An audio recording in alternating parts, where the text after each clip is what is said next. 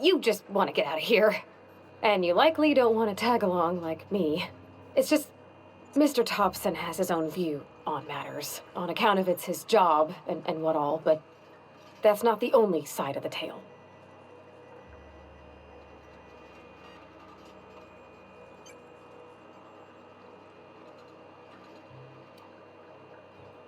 To Mr. Thompson, a person's a gear.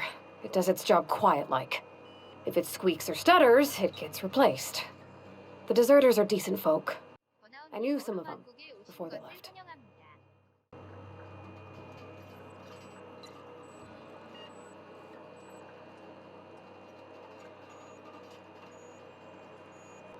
Miss McDevitt? Oh, gosh, no. She was a real important person. A flavorist. Made all the food taste decent. She used to work up in the big office with Mr. Thompson. All I know is she left after her son died. It was a real big to-do. I could hear them both yelling clear from my own place. Can't say as I know. I wasn't there. The sound carried, but not the words. If Mr. Thompson ain't of a mind to tell you his own self, you'd best ask Miss McDevitt, if you can get out to her. Life's hard here. Especially for them that don't fit in so well. We're one big Spacer's Choice family, but every family's got the one the rest whisper about. Mr. Thompson's aiming to take away their power. They'll have no lights to see, nor heat to cook. They'll be at the mercy of marauders, or worse. I think you should talk to the town's vicar about it. Max, his name is.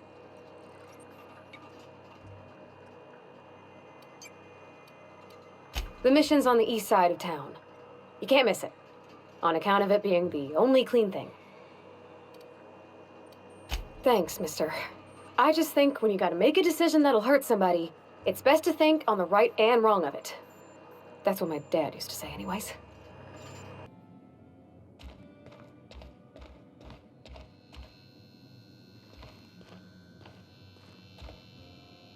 Yes, what is it?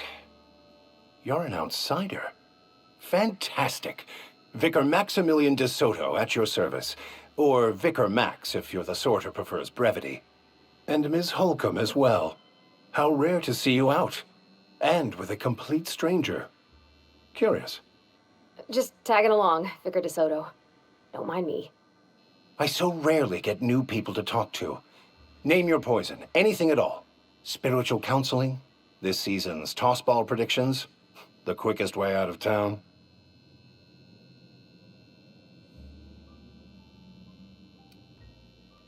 What? I thought you would talk to him.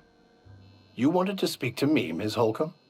Every time I've tried to engage you in conversation, you look at the floor, answer in single words, and slink away. I can't imagine what would be so grave as to drive her to my mission. What has Mr. Thompson asked you to do?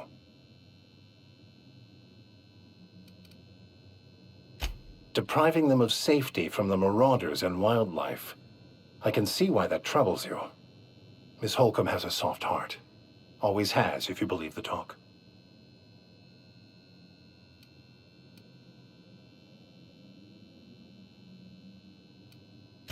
They rejected the order of society and live beyond the walls so thoughtfully provided by our Spacer's Choice patrons.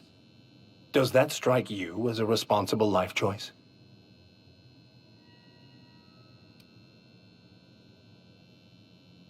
Astute.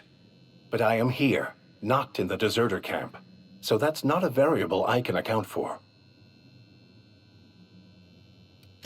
Assuming your goal is to save as many as possible, then you should bring everyone together.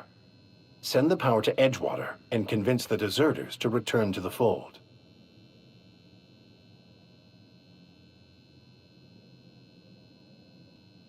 Not if things are left to stand as they are. If you don't mind a bit of unsolicited advice, be cautious on your way to the geothermal plant. It is not as safe as you might assume.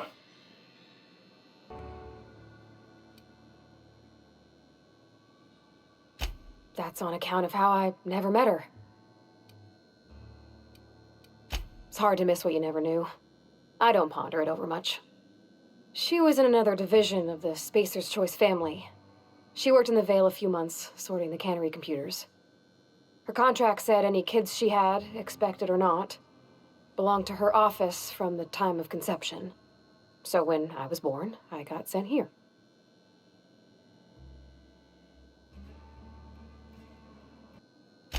Well, I don't know about normal. Dad said she worked under some kind of special contract. It's sensible. Dad just fixed machines. She did some kind of crazy math, high-level stuff. Better to raise me on his time than hers. You mean about the mission being too clean? I know, but Vickers says the universe is a machine, that it runs by law. Real machines have gunked up oil, scratches, and worn bits. You can tell they've seen handling, been used by folk. The machine Vickers sees is one that ain't never been run. It's not for people to live in. It's something on a museum shelf, under glass.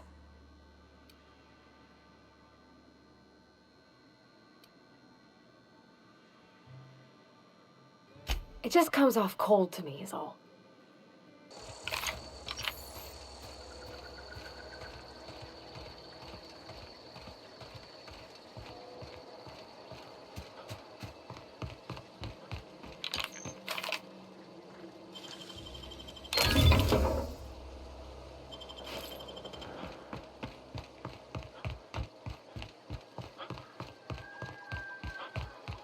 Move along, stranger. We don't want any trouble.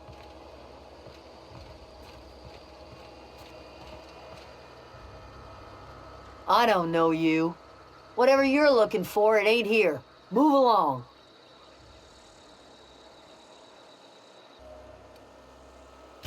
Over in the hothouse, tending crop.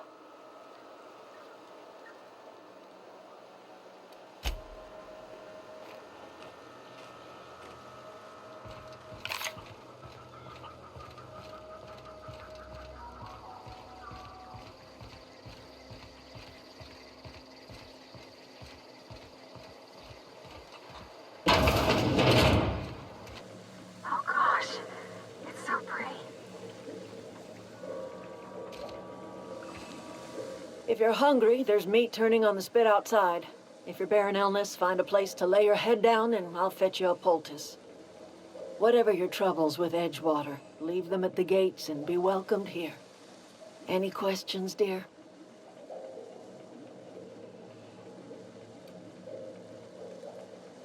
I have been called that, among other things.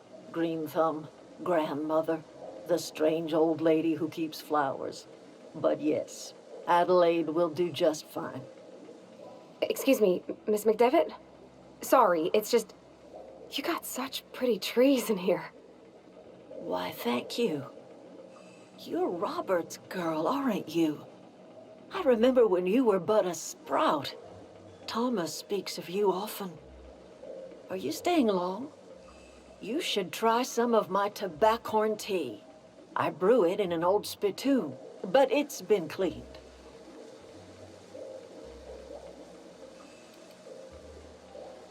A home for anyone who's ever turned their backs on Edgewater. A home for those of us with nowhere left to go and nothing to lose. So, like the spores of the puffball, cast on the wind and alighting on fresh soil, we put down new roots.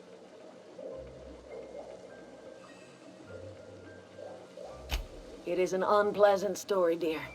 But the short of it is that sometimes one wakes up and realizes the place that was once her home for much of her life has changed. The home in which we spent our lives has left us behind, and so we must move on.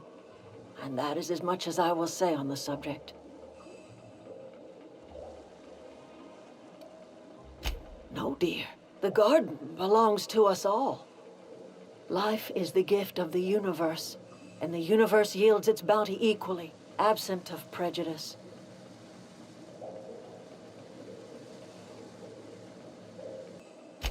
The soil around the Vale went sour years ago, but I found a way to sweeten it back up. The secret recipe is a little bit of elbow grease, a dash of love, and a heaping pile of special fertilizer. Read Thompson. You here on behalf of that cold-eyed reptile? Let's hear it. What's Reed's idea of peace, then?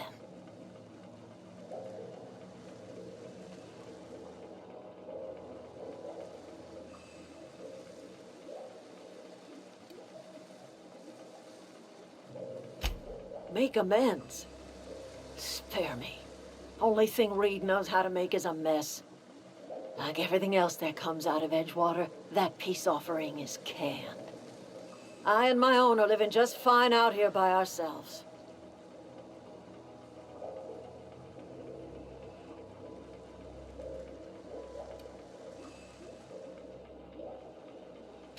He would do such a thing. The question is, why would you agree to his plans?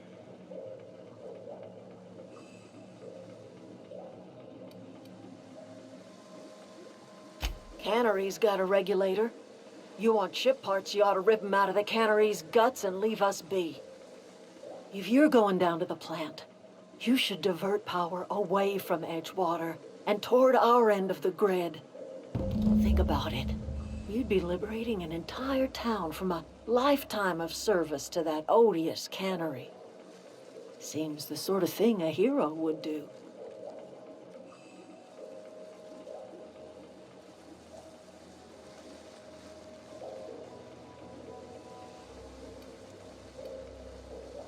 You've seen that miserable excuse for a town with your own lamps. Hollowed out workers laboring their lives away at the cannery, living off whatever scrap Spacer's choice throws them. You know that's true, don't you, Miss Holcomb? Your father died of overwork. His heart gave out. He was tired all the time, sure, but he was old, ma'am, and he raised me all by his lonesome. Look what they did to this child. Lost her family to the company, and still she defends them.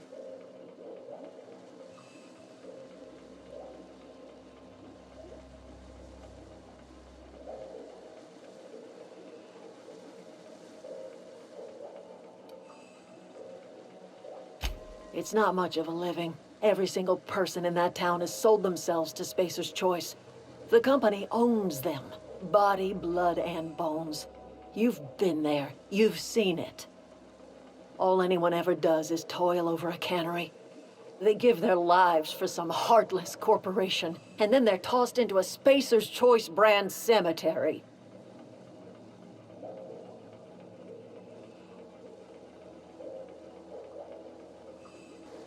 Life in Edgewater grinds to a halt. The cannery shuts down, workers desert in droves, and our own little camp grows and thrives.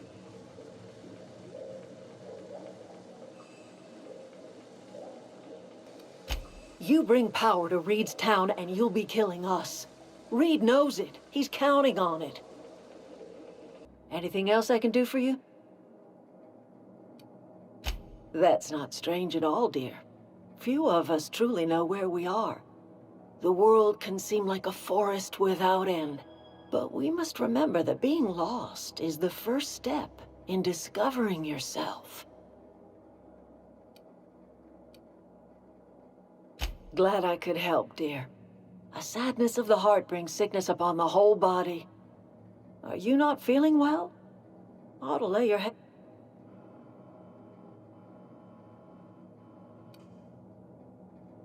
That sounds like fever talk, all right. So why am I tempted? Where did you say you were from?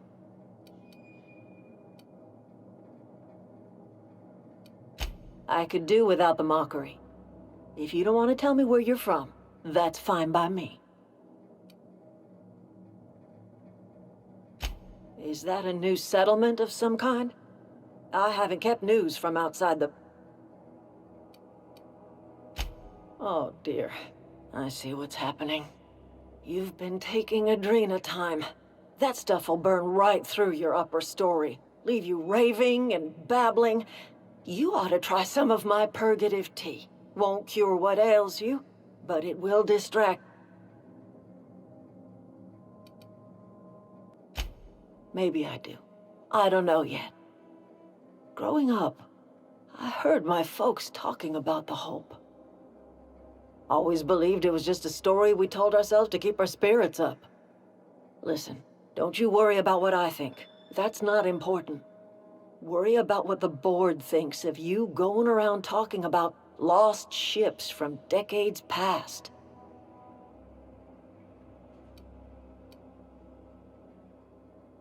You carry on about coming here from another world, and people will talk. Talk leads to questions. Ask enough questions, and the board comes answering. No, but the board may have reason to fear you. I'm listening. I am getting old, you know. These two lamps of mine are not as bright as they once were. Or I might have seen you for what you are. My dear, we are all visitors in a momentary universe. Our lives flicker in and out like the guttering of a flame. Here now, then gone. Me and mine are just carrying on as best we can, trying to live our lives in a way that does not feel wasted.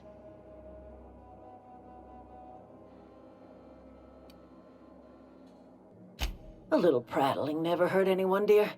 You might even catch a little sense, if you listen close enough. I can't stop you from conducting your business down at the plant. I just want you to know that if you take our power away, you will have brought an end to our way of life.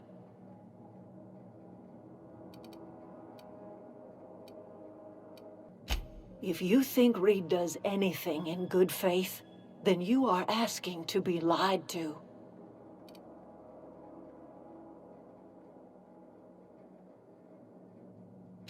That's because Reed was my boss. I was the cannery's one and only flavor specialist, you see. Remember that limited run of white chocolate saltuna? That was all me.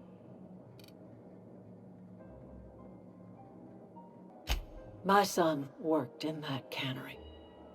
When the plague started coming, he was one of the first to fall sick. We had a store of medicine locked away, but Reed refused to treat him.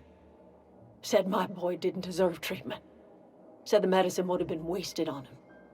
So I buried my boy in the cemetery, gathered my belongings, and left. That's as much of the story as you need to hear.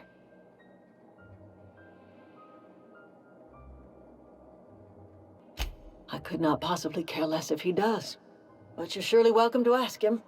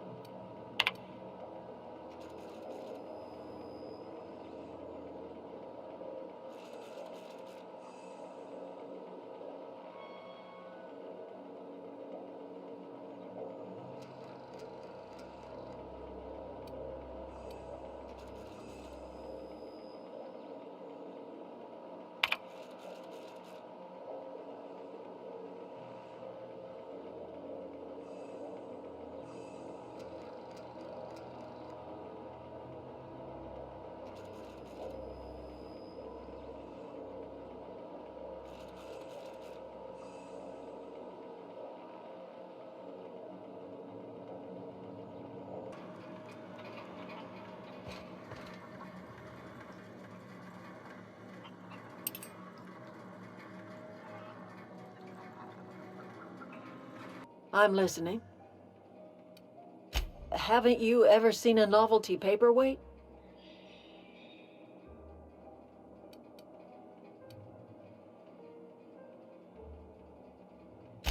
Whatever absurd accusations you have churning about in your mind, I assure you I have heard them all.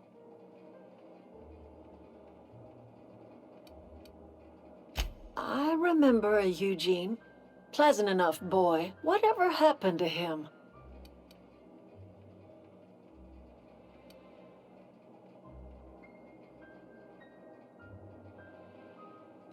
Wish I could say I was surprised. That town has a way of crushing your spirit. At least his remains have returned to the soil where they belong. Except for his teeth, of course. Gold does not decompose. The teeth had to be removed.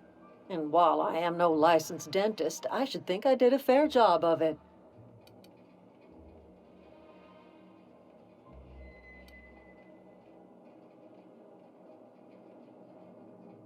I cannot tell you how refreshing it is to converse with a rational mind. That's exactly right. Rot is necessary for life.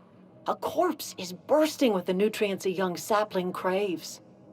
The crops I grow here are natural, nutritious, healthy. My garden does more than fill the bellies of my flock. It keeps them from falling ill.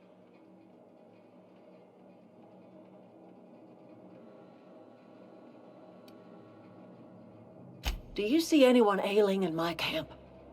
Unlike the people in Edgewater, my flock don't fall sick with plague.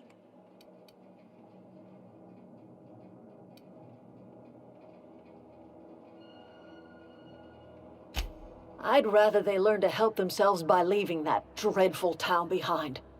The people in this camp all had the courage to walk away from the cannery, and you see how happy they are.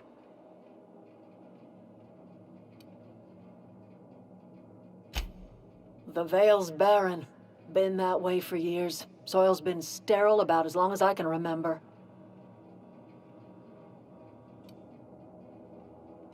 All I did was follow nature's own way.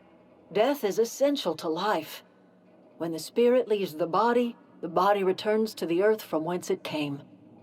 What remains is a carcass moldering neath the soil. Decomposition is a natural process, essential to new life. All life feeds on other life.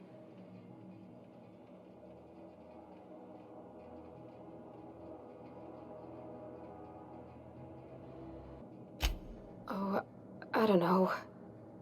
If it was me, I'd be glad to volunteer. Keeping others alive, that'd be a beautiful gift to leave. But none of the folk you used had a say. You didn't ask, ma'am. And what about my dad? I talk to his grave every Saturday. Is he even there? Robert is just where you left him, dear. He died too long ago. By now, he's naught but a skeleton.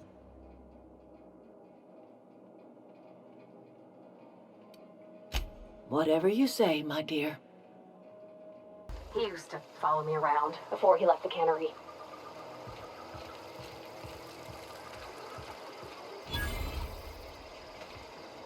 Oh, didn't see you there. I was just occupying myself with a little engineering. Whoa, Miss Parvati. Hey, you're, how are you? Hi, hello. Are you, are things safe out here? How you keeping? Great, just great. I've been trying to keep stuff running, just like you. Only I'm not so... Wait, they didn't kick you out, did they? Oh gosh, no, I'm just along with this fella here. Are you from town? I mean, you don't exactly look like you're from town.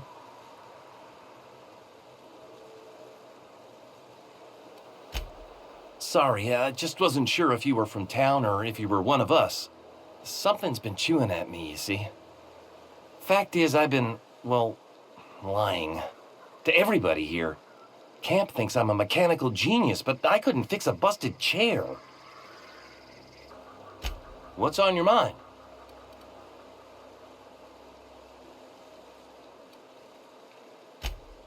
Luck, mostly.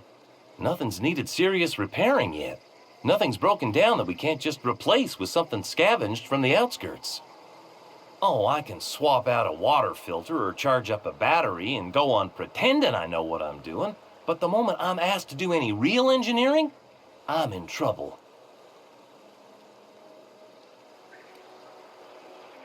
Couple months. This camp's my home. People you see milling about, they're my family. At least I think of them that way. I owe them my life. Would have died in the wilderness if they hadn't chanced upon me, starving and delirious. We all left the cannery for one reason or another. Me? I was let go, mostly on account of my incompetence. I mean, I was incompetent. I couldn't even survive on my own. Grace found me, Adelaide took me in, I've been on my feet ever since. You weren't incompetent. You just didn't fit the cannery. Not like here. This place had a U-shaped hole, and now it doesn't. You could stay, you know. Here. I'd be happy to... we could really use... this isn't coming out right. If you want, Adelaide would make a place for you.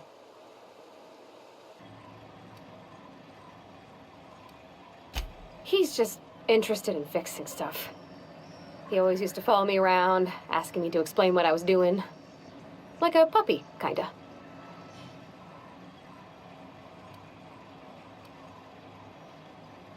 I'm just glad he's alive. That he's okay. I mean, when Mr. Thompson said he was fired, we all expected the worst.